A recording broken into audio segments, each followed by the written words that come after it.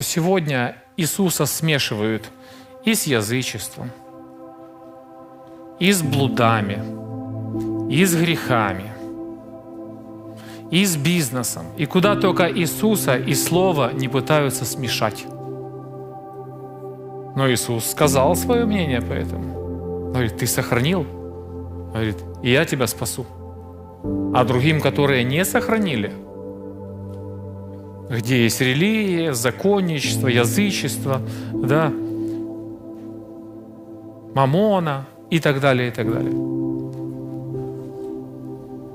Иисус говорит, я сдвину светильник. Поэтому Иисус стоит и стучит, потому что кто-то или что-то, или горький корень занял место Иисуса в нашей жизни. Не дай Бог.